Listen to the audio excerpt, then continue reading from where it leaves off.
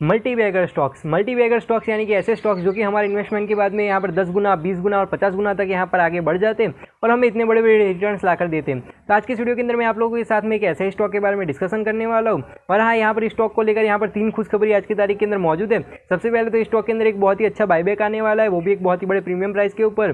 तो वो एक सबसे पहली गुड न्यूज़ हो जाती है। दूसरी गुड न्यूज़ ये है कि ये लोग जिस सेक्टर से आते हैं वो सेक्टर मेरा पर्सनली काफ़ी ज़्यादा फेवरेट सेक्टर है, बिकॉज ये लोग यहाँ पर होटल्स के सेक्टर में से आते हैं और वो मेरा one of the most favourite sector है। और तीसरी खुशखबरी ये है कि कंपनी के फाइनेंशियल और फंडामेंटल और जो कंपनी की आज की तारीख के अंदर जो वैल्यूएशन है वो काफ़ी यहाँ पर फेयर और काफ़ी ज़्यादा अच्छी नजर आ रही है। तो वो भी यहाँ पर मतलब कि खुशखबरी और एक अच्छी वाली चीज़ यहाँ पर हो जाती है। तो चलिए बिना वक्त गवाए शुरू करते हैं आज के इस वीडियो को। और आज के छोटे से वीडियो के अंदर इस कंपनी का कंप्लीट फाइनेंशियल और फंडामेंटल एनालिसिस करते हैं। और आज के इस वीडियो के एंड के अंदर मैं मेरा पर्सनल ओपिनियन दूंगा और मेरा मतलब कि पॉइंट ऑफ व्यू रखने की कोशिश करूंगा कि स्टॉक के अंदर में कितने कुछ रिटर्न्स देखने को मिल सकते हैं आने वाले कुछ दिनों के अंदर और आने वाले कुछ सालों के अंदर। चलिए बिना शुरू करते हैं आज के इस वीडियो को। चलिए मैं चलता हूँ सीधे मेरी स्क्रीन के ऊपर। तो मैं आ चुका हूँ यहाँ पर मेरी स्क्रीन के ऊपर और आज की इस वीडियो के अंदर हम लोग सिंक्लायंस होटल्स लिमिटेड के स्टॉक के बारे में बात करने वाले।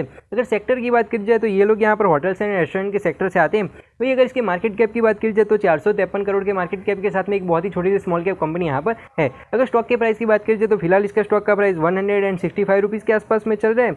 और हम लोग यहाँ पर थोड़ी बहुत इसके रिटर्न्स को भी देख लेते हैं। तो पिछले एक महीने के अंदर स्टॉक ने 3.89% का रिटर्न दिया है। वही पिछले एक साल के दौरान कंपनी ने 40% का रिटर्न दिया है। तो मतलब कि अगर पिछले एक साल के रिटर्न को देखने जाए तो यहाँ पर एक बहुत ही अच्छा रिटर्न हमें देखने को मिल रहा है। भाई अगर इसके पिछले 5 साल के रिटर्न की बात की जाए तो इसने पिछले 5 साल के अंदर 133% के रिटर्न लाकर दिए हैं। तो इसके जो रिटर्न है वो काफ़ी ज़्यादा अच्छे नजर आ रहे हैं। तो हम लोग देख लेते हैं इस कंपनी के स्कोर कार्ड को कि भाई टिकट ऐप इस कंपनी के बारे में क्या कुछ बता रहा है। अगर परफॉर्मेंस की बात की जाए तो परफॉर्मेंस को यहाँ पर एवरेज दिखाया जा रहा है, वहीं इसकी वैल्यूएशन को हाई दिखाया जा रहा है। साथ ही साथ इसके ग्रोथ को यहाँ पर एवरेज दिखाया जाए। अगर प्रॉफिटेबिलिटी की बात की जाए तो प्रॉफिटेबिलिटी को हाई दिखाया जा रहा है। वही एंट्री पॉइंट की बात की जाए तो एंट्री पॉइंट को यहाँ पर गुड दिखाया जा रहा है। वही रेड फ्लैग की बात की जाए तो रेड फ्लैग को यहाँ पर लो दिखाया जा रहा है। तो इसका ओवरऑल स्कोर कार्ड काफ़ी ज़्यादा अच्छा नजर आ रहा है। तो हम लोग यहाँ पर इस कंपनी के की मैट्रिक्स या तो फिर की परफॉर्मेंस इंडिकेटर्स को देख लेते हैं इस कंपनी की वैल्यूएशन को समझने के लिए। अगर पी रेशियो की बात की जाए तो फिलहाल इसका पी 14 के आसपास में चल रहा है। अगर सेक्टर की पी की बात की जाए तो सेक्टर का पी 65 का है। तो सेक्टर के हिसाब से देखने जाए तो कंपनी यहाँ पर काफ़ी ज़्यादा कम वैल्यूएशन के ऊपर अवेलेबल है, जो कि सबसे पहली चीज़ अच्छी चीज़ यहाँ पर हो जाती है। अगर पीबी रेशियो की बात की जाए तो फिलहाल इसका पीबी रेशियो 3.53 का चल रहा है। और अगर सेक्टर के पीबी रेशियो की बात की जाए तो 6.28 का है। तो सेक्टर के पीबी रेशियो के हिसाब से इसका price to book value ratio काफ़ी ज़्यादा अच्छा निकल कर आ रहा है। भाई डिविडेंड यील्ड को देखते हैं तो अगर 0.90 के यहाँ पर कंपनी की डिविडेंड यील्ड है, भाई सेक्टर की डिविडेंड यील्ड जो है वो 0.59% की है। तो सेक्टर के हिसाब से इसकी डिविडेंड यील्ड भी काफ़ी अच्छी नजर आ रही है। तो हम लोग यहाँ पर इनका हल्का सा पेयर कंपैरिजन कर लेते हैं। तो सिंक्लाइन होटल्स के जो सेक्टर जिस सेक्टर से वो आती है तो वहाँ पर इंडियन होटल भी आता है, जो कि एक बहुत ही बड़ा प्लेयर है। दूसरी यहाँ पर EIH लिमिटेड करके भी कंपनी है, तो वो भी यहाँ पर आ जाती है। साथ ही साथ यहाँ पर चौथी एक कंपनी को भी मेंशन किया गया है। तो इन चारों की चारों कंपनी का अगर हम लोग एक दूसरे के साथ में कंपेरिजन करें तो सिंक्लाइन होटल का जो पी रेशियो है वो सबसे ज़्यादा कम नजर आ रहा है। वही तो ये एक सबसे अच्छी चीज़ हो जाती है। वही पीबी रेशियो की बात की जाए तो पीबी रेशियो भी सिंक्लाइन होटल्स का काफ़ी ज़्यादा कम है। तो मतलब कि ओवरऑल इस कंपनी की जो वैल्यूएशन है वो काफ़ी फेयर नजर आ रही है। साथ ही साथ डिविडेंड यील्ड की बात की जाए तो इन चारों कंपनियों के अंदर सबसे ज़्यादा डिविडेंड यील्ड जो है वो सिंक्लाइन होटल्स की है। तो वो भी एक अच्छी चीज़ यहाँ पर हो जाती है। अगर हम लोग कंपनी के फाइनेंशियल फंडामेंटल को समझने की कोशिश करें तो इसके प्रॉफिट के अंदर और रेवेन्यू के अंदर ईयर ऑन ईयर काफ़ी अच्छी ग्रोथ देखने को मिली है। बिकॉज कोविड के टाइम पर क्या हुआ था कि अचानक से यहाँ पर प्रॉफिट्स और रेवेन्यू सब कुछ गिर गया था। तो कोविड के बाद में कंपनी ने यहाँ पर काफ़ी ज़्यादा अच्छा बाउंस बैक दिया है और काफ़ी ज़्यादा अच्छे तरीके से यहाँ पर अपने आप को रिकवर करा है। तो सबसे पहली अच्छी चीज़ तो यहाँ पर यही हो जाती है। और पिछले 3 सालों के दौरान इनका जो प्रॉफिट है वो यहाँ पर करीब 10 गुना हो चुका है। बिकॉज फाइनेंशियल ईयर 2021 के अंदर इन लोगों का प्रॉफिट जो था वो 3 करोड़ का था। वही लास्ट फाइनेंशियल ईयर 2023 के अंदर इन लोगों का प्रॉफिट जो है वो 31 करोड़ का यहाँ पर पहुंच चुका है। तो 3 सालों के अंदर इसके प्रॉफिट की ग्रोथ काफ़ी ज़्यादा अच्छी रही है। तो अगर हम लोग इसके शेयर होल्डिंग पैटर्न को समझने की कोशिश करें तो यहाँ पर प्रमोटर का जो स्टेक है वो 62.78% का है। वही रिटेलर्स के अगर स्टेक की बात की जाए तो 37.22% का यहाँ पर रिटेलर्स का स्टेक है। और यहाँ पर म्यूचुअल फंड्स, FIs, DIs किसी की भी यहाँ पर होल्डिंग नहीं है। तो ये मतलब कि यहाँ पर थोड़ी सी गलत चीज़ हो जाती है। बिकॉज अगर उन लोगों की भी यहाँ पर अगर होल्डिंग रहती तो थोड़ा सा अच्छा रहता। हम लोगों का भी अगर रिटेल इन्वेस्टरों का भी जो इंटरेस्ट है उस कंपनी के अंदर थोड़ा बहुत बढ़ जाता। बिकॉज अगर जब बड़े बड़े इंस्टीट्यूशनल कंपनीज के अंदर इन्वेस्टमेंट करते हैं तो लोगों का उन कंपनी को लेकर जो अपना ट्रस्ट होता है, जो इंटरेस्ट होता है वो यहाँ पर बढ़ जाता है। और मैं इस कंपनी के ऊपर वीडियो बना रहा हूँ, इसके पीछे का एक सबसे बड़ा रीजन यही है कि इसके अंदर एक बायबैक आने वाला है। तो हम लोग यहाँ पर थोड़ी बहुत बायबैक की भी डिटेल को समझ लेते हैं। तो अगर बायबैक की बात की जाए तो यहाँ पर 29 सितंबर के दिन को इसका एक्स डेट है। तो उससे पहले हमारे पास में जो कंपनी के शेयर्स है वो होने चाहिए बायबैक के अंदर अप्लाई करने के लिए। और हाँ, ये एक टेंडर ऑफर बायबैक है। अगर मैं बात करूँ प्राइस की तो यहाँ पर इस बायबैक के अंदर स्टॉक का प्राइस जो है वो 200 रुपीज़ पर शेयर के प्राइस के ऊपर यहाँ पर बायबैक होने वाला है। तो वो भी एक अच्छी चीज़ यहाँ पर हो जाती है। अगर हम लोग इस कंपनी के पास कॉर्पोरेट एक्शन को भी देख लेते हैं कि भाई इन लोगों ने पहले भी क्या ऐसी कोई कॉर्पोरेट एक्शन करी है, तो हाँ, इन लोगों ने 2013 के अंदर यहाँ पर एक बायबैक निकाला था। उसके बाद में 2020 के अंदर इन लोगों ने एक स्टॉक स्प्लिट निकाला था और उसके बाद में फाइनेंशियल ईयर 2022 के अंदर भी इन लोगों ने एक बायबैक निकाला था। तो एक बहुत ही अच्छी चीज़ हो जाती है कि भाई ये लोग ईयर ऑन ईयर यहाँ पर बायबैक वगैरह निकाल रहे हैं, स्टॉक स्प्लिट वगैरह निकाल रहे हैं, तो इससे सीधा का सीधा यहाँ पर प्रमोटर का भी स्टेक बढ़ता है और जो रिटेल इन्वेस्टर सालों से इनके स्टॉक्स को होल्ड करके बैठे तो डायरेक्टली और इनडायरेक्टली उन लोगों का भी स्टेक यहाँ पर बढ़ता है। तो वो भी एक अच्छी चीज़ यहाँ पर हो जाती है। तो मैं आ चुका है यहाँ पर स्क्रीनर के ऊपर कंपनी का थोड़ा बहुत और डिटेल के अंदर एनालिसिस करने के लिए। तो अगर मार्केट कैप की बात करिए तो फिलहाल इसकी मार्केट कैप 449 करोड़ की है, तो एक बहुत ही छोटी सी स्मॉल कैप कंपनी यहाँ पर हो जाती है।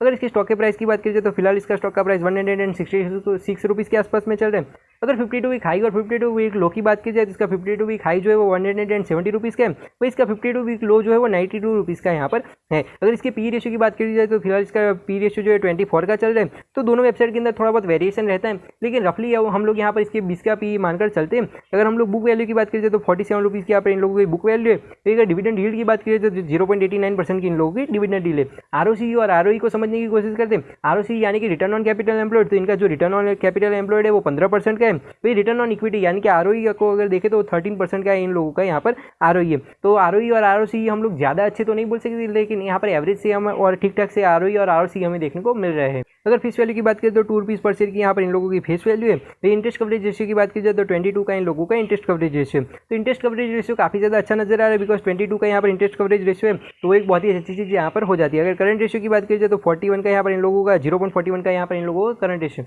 तो करंट रेशियो मतलब कि ठीक ठाक सा बोल सकते हैं, ज़्यादा अच्छा ना ज़्यादा अच्छा है ना ज़्यादा बुरा है। अगर इक्विटी कैपिटल की बात करें तो 5.43 करोड़ का यहाँ पर इन लोगों का इक्विटी कैपिटल है। वही रिजर्व्स की बात करें 123 करोड़ के यहाँ पर इन लोगों के पास में रिजर्व है। वही डेट की बात कीजिए तो 10 करोड़ का यहाँ पर कंपनी के ऊपर डेट है, लेकिन कंपनी की वैल्यूएशन और कंपनी की मार्केट कैप और कंपनी के रिजर्व सरप्लस और प्रॉफिट के हिसाब से देखने जाए तो इन लोगों का जो डेट है वो बिल्कुल नेग्लिजिबल है, मतलब कि इतना ज़्यादा डेट यहाँ पर नहीं है। अगर ईपीएस की बात की जाए अर्निंग पर शेयर जो है वो इन लोगों की 12 रुपीज़ की है। अगर डेट टू इक्विटी रेशियो की बात की जाए तो 0.08 का यहाँ पर इन लोगों का डेट टू इक्विटी रेशियो।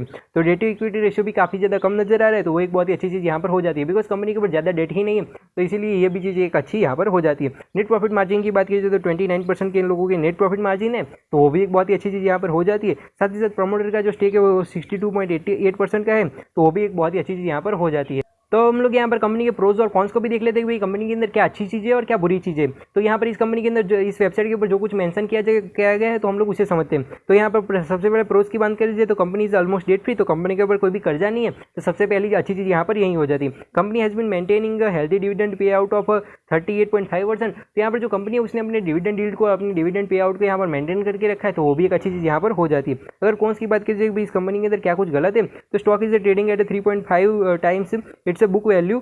तो यहाँ पर अगर इसकी बुक वैल्यू को थोड़ा सा हाई बताया गया, ऐसा इन लोगों का कहना है, लेकिन सेक्टर के साथ कंपेयर करने जाए तो इन लोगों की बुक वैल्यू इतनी ज़्यादा नहीं है। The company has delivered a poor sales growth of 3.21% over last 5 years. तो इन लोगों का ये कहना है कि भाई इन लोगों की जो यहाँ पर सेल्स ग्रोथ है वो उतनी ज़्यादा अच्छी नहीं रही है, लेकिन मुझे ऐसा लगता है कि आने वाले टाइम के अंदर कंपनी इसे भी ठीक करने की कोशिश जरूर से करेगी। The company has a lower return on equity of 7.31% over last 3 year. तो यहाँ पर ये कहा गया है कि भाई इन लोगों का जो यहाँ पर आरओई है, रिटर्न ऑन इक्विटी है, वो उतना ज़्यादा अच्छा नहीं है, लेकिन कंपनी के ने यहाँ पर अच्छे खासे प्रॉफिट्स निकाले और स्टॉक के प्राइस के अंदर भी काफ़ी अच्छी ग्रोथ देखने को मिली है, तो वो एक अच्छी चीज़ यहाँ पर हो जाती है। तो हम लोग यहाँ पर इसका थोड़ा बहुत पेयर कंपैरिजन कर लेते हैं। सिंगलाइन होटल्स की बात कीजिए तो फिलहाल इनकी मार्केट कैप जो है वो 450 करोड़ के आसपास में।